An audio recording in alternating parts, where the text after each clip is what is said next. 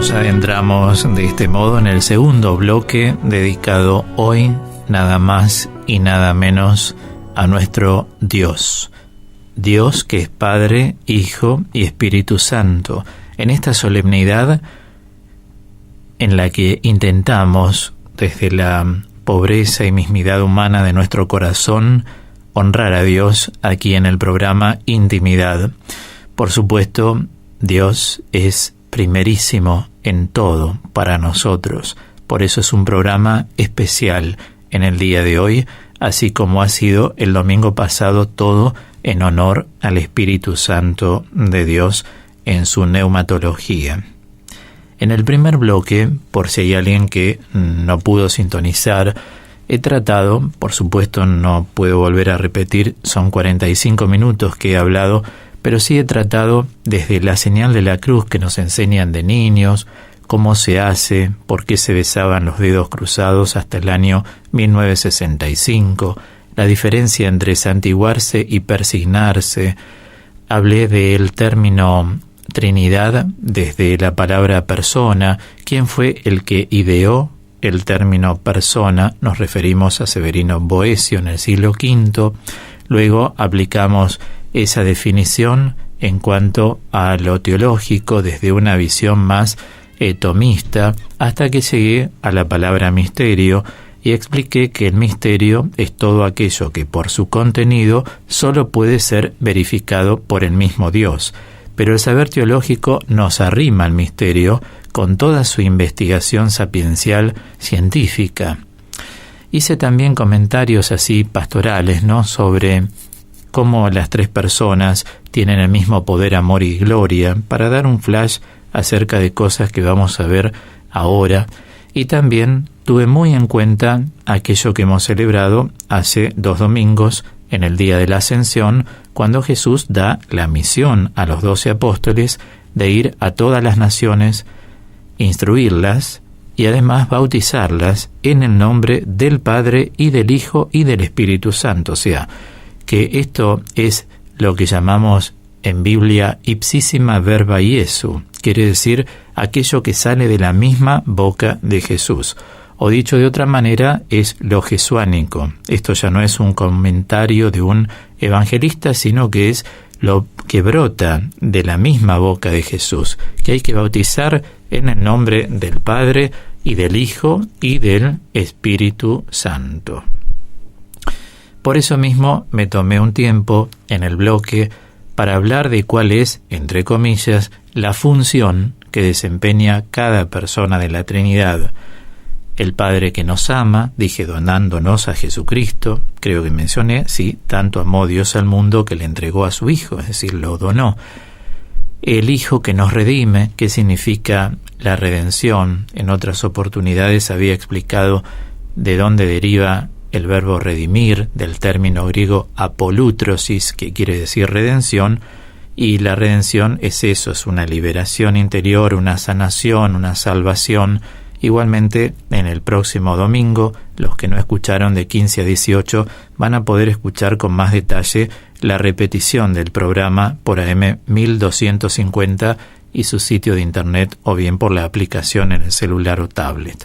Y cuando me referí al Espíritu Santo, hablé de que su misión es santificarnos, pero expliqué un poco más qué significa ese sanguine tinte, teñirnos de santidad en este camino de conversión, que es un camino de santidad justamente. Por eso dice San Pablo en la segunda carta a los Corintios, que los que estamos en el camino somos nuevas criaturas. Uno puede estar bautizado, pero puede no estar en el camino, porque para estar en el camino hay que caminar. Y observemos cómo los evangelios sinópticos, Mateo, Marcos y Lucas, uno de los verbos que más destacan y repiten es el verbo griego peripateo, que quiere decir caminar, ¿no? O sea, una medida que va caminando va integrando cosas, porque es el mejor modo de caminar, pero también tiene que integrar desde los aspectos sombríos, pero también los luminosos, que vienen por la formación, por el verdadero conocimiento que la Iglesia nos va generando a través de esta preparación en la instrucción que nos va dando a los que abrazamos este saber teológico. Por otro lado, tuve en cuenta la necesidad de poner de manifiesto la creencia. O sea, ¿qué significa creer? Creer es un don de Dios. E hice mención de Isaías 7:9, ya que el profeta dice que si no creen, no entenderán, ¿no? O sea que la razón, dije, es lo que exige que la fe preceda la razón.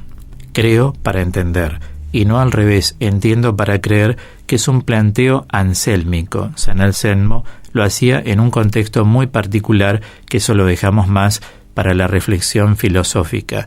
Nosotros, desde el punto de vista eminentemente teológico, es importante esa lex credendi de San Agustín, cuando él dice creo para entender, ¿no? O sea, él buscó a Dios, para que tengamos una idea vasta, ya que estoy en un medio público, lo buscaba a Dios a través de la razón, porque San Agustín era un gran filósofo. Entonces estuvo en la secta de los maniqueos como 9 años, estuvo en distintos grupos buscando a través de la razón, porque le prometían que a través de la razón iba a conocer a Dios, hasta que después de una larga experiencia, él se da cuenta que tiene que deponer su ser ante Dios, que a Dios no lo puede aprehender con H intermedia, ¿no? Sino que ante Dios hay que anonadarse, prosternarse, para poder ir en su búsqueda. Esto es lo más importante. De ahí que él, desde su corazón, brota esa frase, tarde te amé, ¿no? Hermosura tan antigua y tan nueva, tarde te amé. Es decir, ¿por qué perdí tanto tiempo con la razón y la razón si Dios no es una filosofía, ¿no? Dios es una teología, o sea, Dios en la persona de Cristo. ¿Quién es el primer teólogo del Padre? Es Jesucristo. Teo proviene de theos, Dios, logos, estudio, saber, ciencia que versa sobre el estudio de Dios, que es lo que estamos compartiendo de un modo o de otro, bajo una modalidad u otra. Y también saqué a luz que de ninguna manera anulamos la razón. Esto no lo dije en el bloque anterior, pero todos los que deseen pueden leer esa última encíclica que escribió San Juan Pablo II, que es Fides et Ratio, es decir, la relación que hay entre la fe y la razón. Sí acudí en el bloque anterior a Santo Tomás, diciendo que él sostiene que el juicio de la inteligencia es completivo del conocimiento. Bueno, todo esto lo hemos hablado, y también otras características de cómo a la Trinidad, para entenderla mejor, se la llama inmanente. ¿Qué quiere decir inmanente? Económica. ¿Qué significa económica? Pero todo confluye en aquella revelación cuando Felipe le dice, muéstranos al Padre, ¿no? Ya que Jesús es el único y absoluto revelador del Padre. Y él le dice en Juan 14:9b, Felipe, el que me ha visto al Padre, ¿no? Esto es importante. Bueno, ahora en este segundo bloque, para tratar de concatenar correctamente, vamos a tratar, si puedo, si llego, de sintetizar 3 abordajes respecto de la Trinidad. Por un lado, tener en cuenta la distinción que se enuncia entre el Padre y el Hijo, de modo tal que uno es el Padre y otro es el Hijo. Vamos a ver el por qué este desglose. Luego vamos a hablar de la consustancialidad. La consustancialidad es algo que se ha rebatido en concilios, justamente porque a Jesús no se lo colocaba en la misma deidad del Padre, ¿no? Y por otro lado, cómo estamos hablando de que las 3 personas de la Trinidad tienen una potestad divina. Por eso cuando uno le pide a Jesús, Jesús tiene el mismo poder del Padre. Y tiene el mismo poder el Espíritu que el Padre. Ni que hablar del Padre. Y que todos conocemos la palabra Padre y que podemos llamarlo Abba Padre por Jesús. Si no, nadie habló de eso. Solo Jesús lo reveló. ¿Se comprende? Bien, intentando mantener la claridad mental. Vamos a empezar diciendo entonces que, como me refería recién, se enuncia esa distinción entre el Padre y el Hijo, ¿no? Esto es evidente por los mismos nombres de Padre y de Hijo. En estos nombres no se dicen en relación a otro término, sino que se dicen mutuamente, de modo que el Padre lo sea de ese Hijo y el Hijo de ese Padre. Por lo tanto, necesariamente se entiende que el Padre sea una persona distinta de su Hijo y viceversa. ¿Se comprende? La misma enunciación gramatical, digamos así, de esta fórmula prueba la distinción de las personas. ¿Por qué?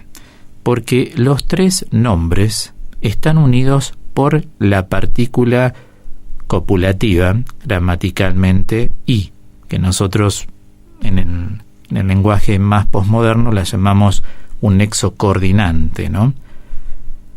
A modo de tres distintos que son enumerados y añadidos. Uno dice gloria al Padre y al Hijo y al Espíritu Santo. O sea, se está denotando la importancia de cada persona. Luego, el artículo determinado, después de la partícula copulativa, se reitera antes de cada nombre, lo cual entiendo que por regla gramatical no se hace a no ser que con dicha partícula sean unidas personas realmente distintas. Cuando no se trata más que de la conjunción de varios nombres, de varios, digamos, atributos o de varios oficios de una misma persona, no se repite el artículo.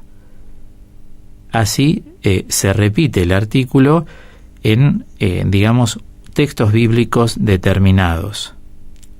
En cambio, hay otros textos que no se repite el artículo, por ejemplo, en la segunda carta a los Corintios 1:3, en Efesios 1:3, en Filipenses 4:20, traje otros textos en Tito 2:13, en Juan 20:17. Esto es importante que lo tengamos en cuenta. Entonces, ¿cómo desde el punto de vista gramatical podemos tener acceso a siempre tener identificadas las tres personas en cuanto personas? Recordamos ese concepto que di del filósofo Boecio del siglo V. Persona es una sustancia individual de carácter espiritual cuando la aplicamos a Dios. Sustancia es aquello que es capaz de existir en sí mismo, desde el punto de vista metafísico, a la luz de la metafísica aristotélica. La palabra substancia deriva del latín substare, quiere decir sub, debajo, stare, estar, lo que sostiene el ser, aquello capaz de existir en sí mismo. Es una sustancia individual el Padre, como lo es el Hijo, como lo es Espíritu Santo, de carácter espiritual, porque Jesús nace por obra y gracia del Espíritu Santo. Decide hacerse hombre en el plan de Dios a través de las entrañas de María, ¿verdad? Como lo sabemos y lo podemos hojear, nunca está de más a través de Lucas en el capítulo 1. ¿Por qué aparece el texto original en griego alégrate llena de gracia? Otras Biblias ecuménicas dicen muy favorecida de Dios, pero en realidad, si vamos al texto original, también lo tenemos en el texto interlineal, dice alégrate llena de gracia, y solo llena de gracia fue la Virgen, porque es la Madre de Dios, por eso es llena de gracia. Ahora, ser muy favorecido, y todos los que seguimos a Dios somos muy favorecidos de Dios. Ayer Dardo agradecía, gracias Señor, en la acción de gracias por el techo, por el agua, ¿no es cierto?, por tener un plato de comida para comer, cuando pedíamos también por otra gente que no lo tiene. Es decir, Dios favorece a cada uno de nosotros con el pan de cada día, Dios nos favorece con el trabajo, Dios nos favorece con recuperarnos, Dios nos favorece al fortalecernos, al consolarnos, al recuperarnos como persona, para nosotros volver a restituir nuestra dignidad humana. Él nos dignifica. Somos todos muy favorecidos, pero llena de gracia solo María. El segundo aspecto es la consustancialidad. Comparten la misma sustancia, porque el Padre, el Hijo y el Espíritu Santo son un mismo Dios. Se enseña catequísticamente un solo Dios verdadero. Esto se conoce con el nombre de homoouseos o bien homoousion en griego, cuando intentaron distintas herejías arrianas, abelianas, ¿no? Intentan como desmitificar que en Cristo no existe la plenitud de la divinidad, como que Cristo viene de arriba, pero como de una esfera distinta, pero que no comparte la sustancia con el Padre, ¿no? O sea, es como reducir. Eso se llama reduccionismo, es un reduccionismo de la esencia divina de Dios. Bueno, en fin, para no entrar en eso, que lo he dado otros años también, lo que quiero remarcar aquí es que cuando hablamos de la consustancialidad, estamos hablando de que comparten esa fuerza significada en los tres, que se desprende en el mismo amor, en la misma gloria, en el mismo poder, en la misma majestad que posee el mismo Dios. Tanto el Padre, el Hijo y el Espíritu Santo son perfectamente equiparados en lo que hace al bautismo, que se ha de conferir en el nombre común de ellos, o mejor aún, como decía, en el único nombre de los tres, Padre, Hijo y Espíritu Santo. Cuando nos bautizan, se nos dice, primero se pregunta, ¿no?, ¿qué nombre han puesto a este bebé, o a este adulto, o a este joven? Tal nombre. Entonces yo te bautizo en el nombre del Padre, y del Hijo y del Espíritu Santo. Por eso, dicho sea de paso, siempre cuando uno ora por una persona hay que orar por el nombre de bautismo, ya que por ese nombre fue realmente instituido en la vida de la gracia, en el camino, en la santidad, y goza de ese organismo espiritual que se va desarrollando a través de la conversión. No hay conversión si no hay presencia divina. De hecho, digamos, o mejor, del hecho de que uno sea hijo del primero, no se sigue por la naturaleza de la cosa que su potestad no sea igualdad, ya que por la naturaleza de la cosa, la dependencia de un hijo respecto de su padre es solo una dependencia ¿de qué tipo? Es una dependencia en razón del origen, en razón del origen. Entonces, en orden a todo lo que le es extrínseco, el hijo adulto puede tener, y con frecuencia realmente tiene, un derecho y una potestad completamente independiente del derecho y la potestad del padre, e iguales a los mismos. Por ejemplo, para adquirir y vender propiedad, o adquirir y ejercer autoridad.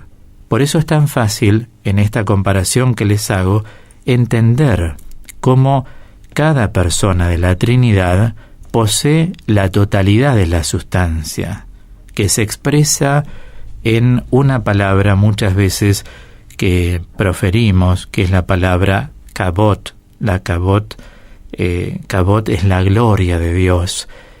Muchas veces esta sustancia divina se la quiere calificar y todo queda pobre, queda paupérrimo frente a lo que es en sí y lo que abarca la sustancia divina. Nosotros recibimos flashes, nunca podríamos describir en el sentido exacto de la palabra, ¿no? Por eso trabajamos por analogías.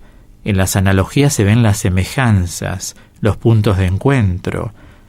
Pero esto es muy importante. La palabra kabot, que es gloria en el hebreo, deriva de la raíz hebrea kabat, que es aquello que sostiene algo, ¿no? Entonces lo que sostiene, digamos, a Dios, que es su poder, es su amor, es su riqueza, es su abundancia, un atributo que la gente muchas veces no les predican de la abundancia, ¿no? Porque Dios es abundancia. Fijémonos en la creación. Cuando un árbol florece, florece con todo. Cuando un árbol da frutos que se caen los frutos y no se llegan ni a comer. Como la tierra expresa la creación, Dios es abundancia, ¿no? En eso visible y tangible, de ahí podríamos ir a otros lados. Digo, Dios es majestad, Dios es misterio, Dios es asombro, que es uno de los atributos que le llamamos así de Dios, en los cuales más enfatizo. O sea, lo que en teología llamamos atributos, en filosofía se llaman trascendentales. Los trascendentales, para la razón, son los modos particulares del ente. Entonces, es aquello que describe al ente.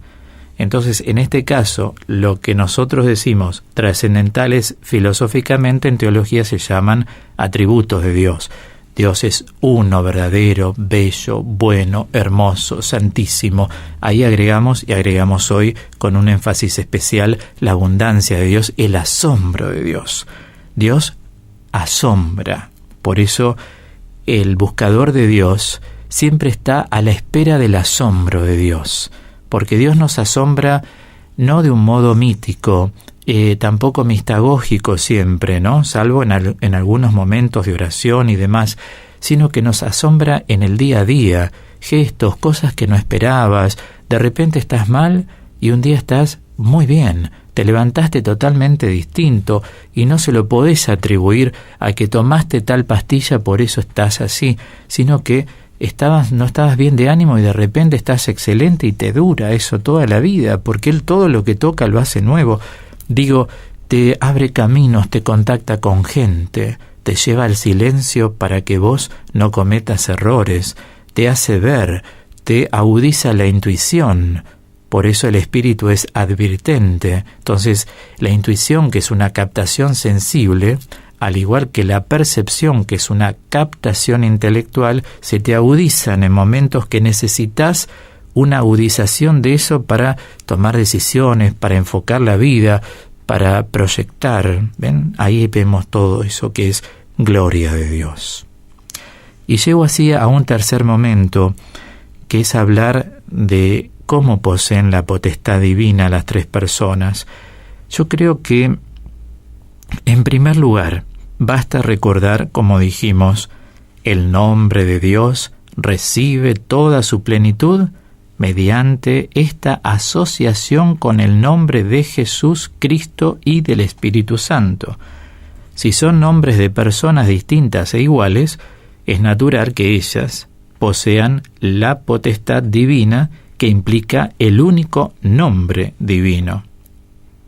Ahora, abstrayendo de la tradición eclesiástica posterior, bautizar en nombre de puede significar la autoridad con la cual o en fuerza de la cual se bautiza, o la fe en cuya profesión se ha de bautizar, o a quién es dedicado o consagrado el bautizado. Cualquiera sea, digamos, el sentido admitido, es evidente que en la fórmula se les atribuye a los tres cosas que no corresponden sino a Dios. Fíjense que cuando hablo del bautismo, hay distintos tipos de bautismo. Está el bautismo con agua, que es el clásico que todos conocemos, pero también está el bautismo de deseo, que se le da poniendo un nombre a la persona que a lo mejor no llegó a ser bautizada, o bien que se le da a personas que no han podido conocer al Señor y han formado parte de nuestra vida. El bautismo de deseo es muy importante y siempre se dice, aunque no sea con agua, yo te bautizo en el nombre del Padre y del Hijo y del Espíritu Santo. Por ejemplo, yo atendí mamás que han perdido a sus hijos chiquititos y no llegaron al bautismo. Y yo les dije, ponete frente a una exposición del Santísimo, cuando está expuesto, y vos visualizá el rostro de tu criatura y decirle: Señor Jesús, yo bautizo a mi criatura en el nombre del Padre y del Hijo y del Espíritu Santo, y le pongo este nombre, porque nos encontraremos todos en la eternidad. Por eso es tan importante. Siempre uno bautiza, aunque sea de deseo, en el nombre del Padre y del Hijo y del Espíritu Santo. Incluso supongamos que no llega un sacerdote o un diácono, cuyo ministerio está habilitado directamente para bautizar. Ya sea un diácono en miras al sacerdocio o un diácono permanente, que son laicos, ¿no? Cualquier persona bautizada que está en el camino, estar en el camino supone una cierta alianza con Dios, una cierta vida de Dios, puede tomar agua de cualquier lugar, tenerla en un recipiente y bendecirla. Y luego con esa agua ustedes pueden bautizar a una persona que se está muriendo, asperjándola un poquito sobre la frente. Yo te bautizo en el nombre del Padre y del Hijo y del Espíritu Santo. Y aunque no haya llegado un sacerdote o un diácono, esa persona queda bautizada. Fíjense lo que es el ministerio, pero siempre en el nombre del Padre y del Hijo y del Espíritu Santo. O sea, lo hace un sacerdote, un diácono, o bien cualquier religioso o laico, religiosa o laico, puede bautizar también en caso de una urgencia o necesidad. Hasta dónde llegan, pero siempre en el nombre del Padre y del Hijo y del Espíritu Santo. Bueno, hasta acá he querido llegar, abriendo posibilidades de entender esta fiesta, no quedarnos solamente en el nombre, Santísima Trinidad, sino entender cómo se conjugan, que creo que lo logramos a través de estos bloques formativos. Vamos a cerrar este bloque con las misioneras de Cristo resucitado nuevamente, que en este caso le dicen a Dios con nosotros: yo te bendigo, Padre.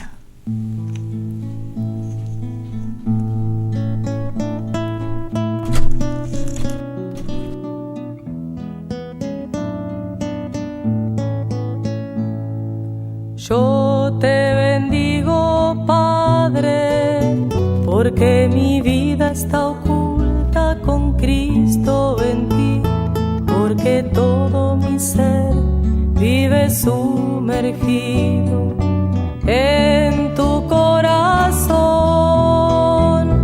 porque cada suspiro de mi respirar clama Abba Padre, porque cada latido de mi corazón clama Abba Padre, porque cada suspiro de mi respirar clama Abba Padre, porque cada latido de mi corazón clama Abba Padre.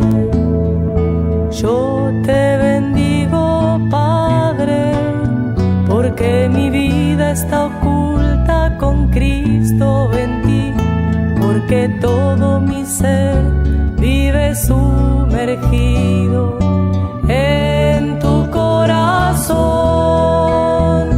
porque cada suspiro de mi respirar clama Abba Padre, porque cada latido de mi corazón clama Abba Padre, porque cada suspiro de mi respirar clama Abba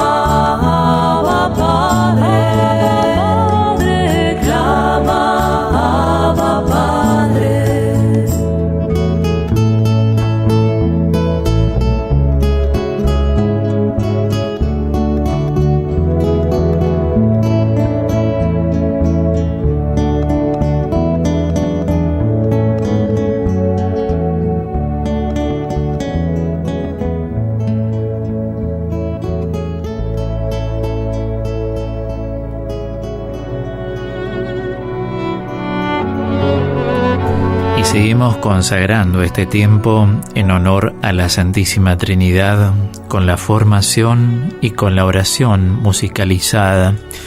Quiero terminar este día ofreciendo a Dios y haciendo con su presencia que nuestro tiempo sea consagrado con el aporte de 4 que son padres de la Iglesia. Hablo de un San Jerónimo, de un San Ambrosio, de un San Agustín y de un San Atanasio, para que ustedes vean cómo ellos manejaron la Trinidad, porque la tradición ha visto contenida en la unidad del nombre, como una 3 distintos, la autoridad, digamos, única de los 3, de la que procede la virtud, procede la santificación del bautismo y también la majestad divina y toda la gloria de Dios, a la que todos los consagrados, o sea, por el bautismo, cualquiera de nosotros, como al Dios verdadero, objeto de fe, de esperanza y de caridad, realmente nos referimos y deseamos rendirle el culto de la latría, que quiere decir adoración. Por ejemplo, el caso de San Jerónimo. San Jerónimo quise tomarle de un comentario sobre San Mateo que hace. Dice, de las que es una sola la divinidad, es uno solo el don y el nombre de Trinidad, es un solo Dios. Luego San Ambrosio, en un libro que él escribe sobre la institución de la Virgen, dice así: en el nombre del Padre y del Hijo y del Espíritu Santo, Dios dio a conocer 3 personas, pero afirmó un solo nombre de la Trinidad. Por lo tanto, un solo Dios, un solo nombre, una sola majestad. Luego, en San Agustín, lo tomé de un comentario sobre San Juan, donde él dice, en el nombre del Padre y del Hijo y del Espíritu Santo, este es un solo Dios, porque no en los nombres del Padre y del Hijo y del Espíritu Santo, sino en el nombre del Padre y del Hijo y del Espíritu Santo.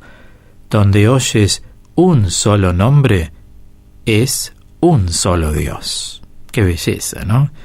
Y ahora a San Atanasio, también, que dice, es la fe de la Iglesia Católica, porque es en la Trinidad que el Señor la ha fundado y enraizado, al decir a los discípulos, id y enseñad a todas las naciones, bautizándolas en el nombre del Padre y del Hijo y del Espíritu Santo. Entonces, él agrega, si el Espíritu fuera una criatura, no lo hubiese colocado con el Padre, de miedo a que la Trinidad no fuera semejante a sí misma. Si algún ser extraño y diferente fuese colocado junto a ella. Es lógico, claro. Bueno, me pareció importante este último tilde de estos 4 santos, repito, San Jerónimo, San Ambrosio, San Agustín y San Atanasio, para darle esa consistencia que en el nombre de la Santísima Trinidad estamos hablando de un mismo Dios que tiene el mismo poder, el mismo amor y la misma gloria sin distinción. Ahora sí, cerramos definitivamente la formación en honor a la Santísima Trinidad con María Magdalena, que fue tan buscadora del Señor, y en la voz tan dulce y melodiosa de Lily Goodman, hoy también nosotros decimos, si ves a mi amado, hazme saber que estoy enfermo de amor. Esto se parafrasea del Cantar de los Cantares, cuando el esposo le pregunta a la esposa cómo está, qué quiere, y la esposa le dice, yo estoy enferma de amor. Creo que todas las personas que seguimos a Dios, lo que abrazamos es su misericordia.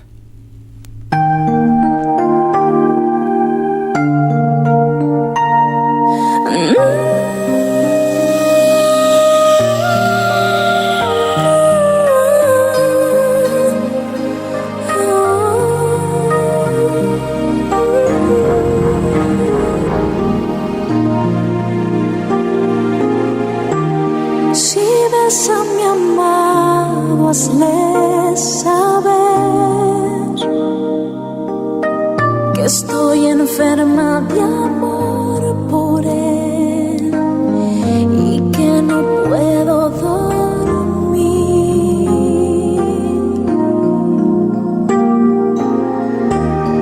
Mis ojos se secan de llorar y no lo encuentro en ningún lugar y no lo siento como ayer.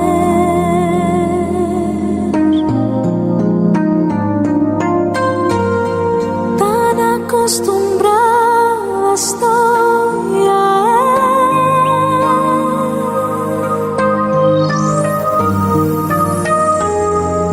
él que hasta mi carne siente su ausencia.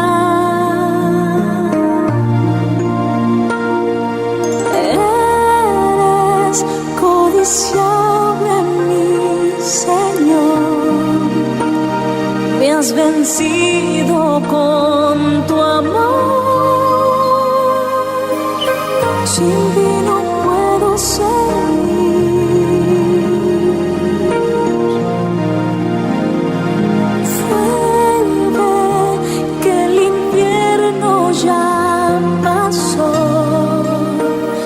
déjame escuchar tu voz paseando por el jardín.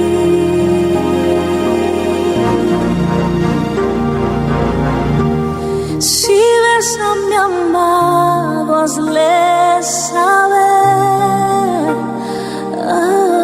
que estoy enferma de amor por él y que no puedo dormir.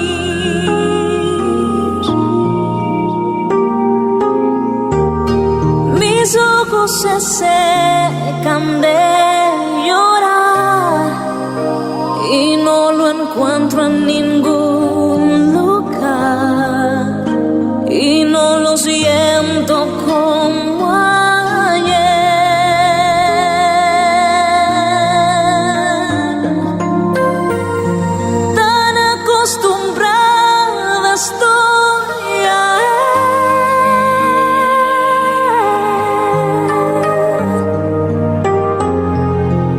hasta mi carne siente su ausencia. Oh, eres codiciable, mi Señor. Me has vencido con tu amor. Sin ti no puedo seguir.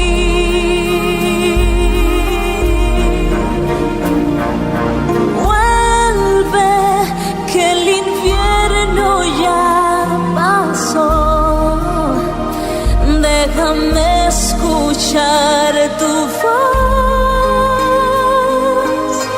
paseando por el jardín.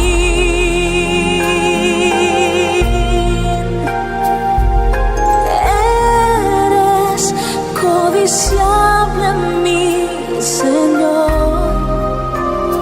Me has vencido con tu amor.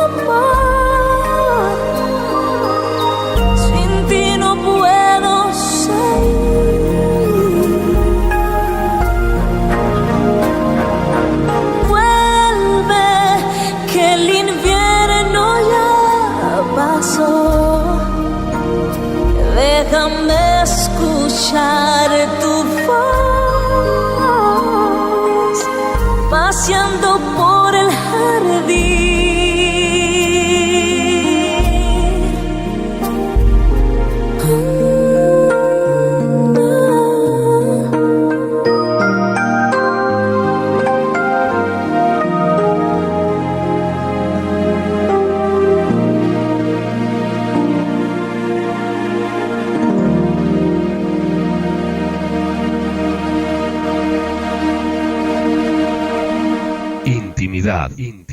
Intimidad.